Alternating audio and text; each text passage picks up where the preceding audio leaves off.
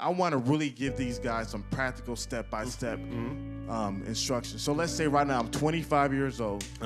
You know, let's say I'm working part-time at some grocery store, making about $20,000 a year, staying on my mom's couch. You know, women don't respect me. I'm, you know, playing video games, you know, 3 to 5 hours a day. Not much going on. Give me a step-by-step. If you were in his shoes right now, what would you be doing to get yourself to where you need to be in life? First, step-by-step.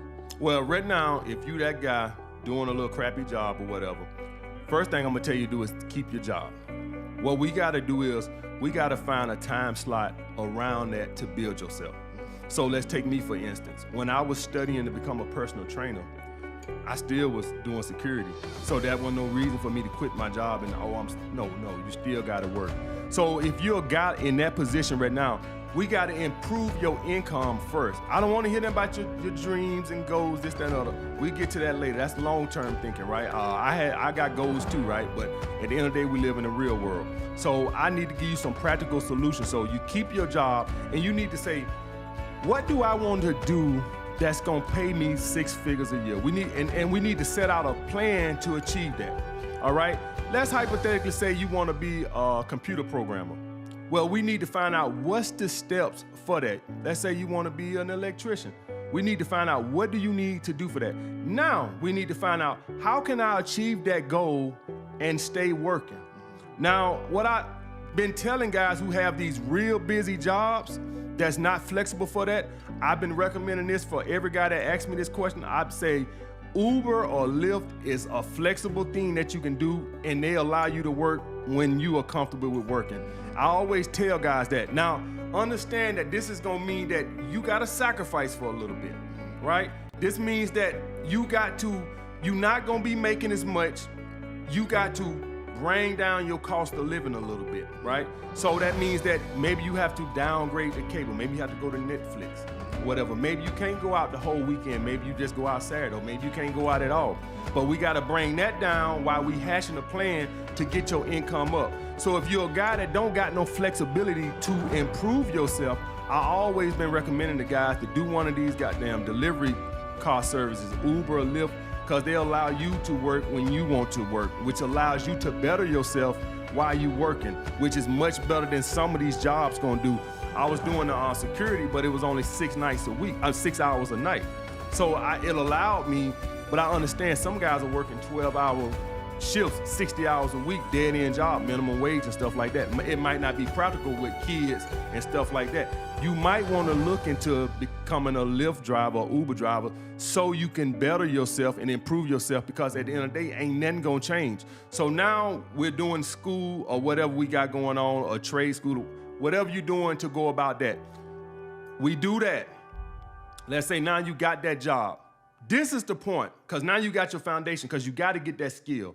That skill set you don't know nothing. You bring no value to the market, so you don't expect to get nothing. You know, we all complain about, oh, well, I don't make no money, this job don't pay this, and I feel like this job don't pay.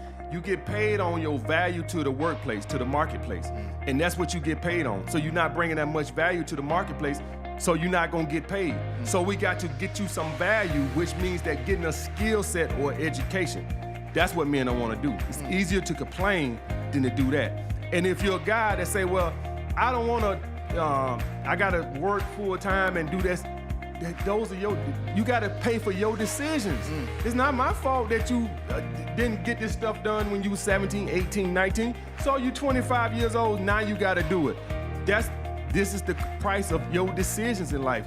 Everybody has made bad decisions. So that means that now you got to work twice as hard because you goofed off in your earlier years when you didn't have to work, when you were staying with your parents, where you could have did and got yourself together. You played around, you goofed off, and now you're in a position where you have to work and better yourself, and just accept that.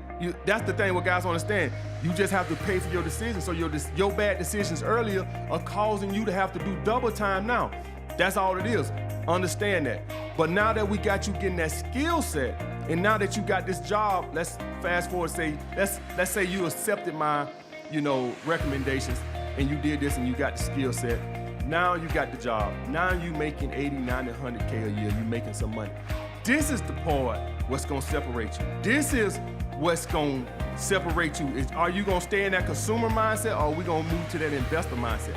And this is the thing. So now that you're making some money, what do? Do we go rack up a whole bunch of debt? Do we go get a BMW? Do we go and get this big old house that we can't afford? Do we go buy a whole bunch of clothes, max out our credit cards, and now we right back chasing our tail? Or do we do some investing? So whatever you doing now, you working this good job, you making 80, 90, 100K or whatever, depending on where you stay at. New York, you might be making 175K. Now that you got this good job, that is the point. When I became a personal trainer, I decided I wasn't gonna go in the consumer mindset, that I was gonna do the investor mindset. And this is where people go the wrong way. They become consumers, so my income went up, and so did my liabilities. Exactly. So now I just got a bigger rent, and now I'm still stuck. I drive a little bit better car, I dress a little bit better, my house is a little bit better, but guess what? Still living paycheck to paycheck. Still living paycheck to paycheck. And maybe I got my job pay me a little bit more, but I'm still not happy. I still got a boss, or a Dame Dash called a daddy, to report to. And at that point, this is what I'm talking about. Anybody can go out and get a skill set in America. Anybody can go get a skill set, education or whatever, right? At that point, you get that job. What are you going to do with that money? Are you going to become an investor? What I would tell anybody, whatever job you're doing, save your money and try to do it for yourself. You have no idea how people are ripping you off. The gym, I won't say their name, the gym I was working for, they was taking half.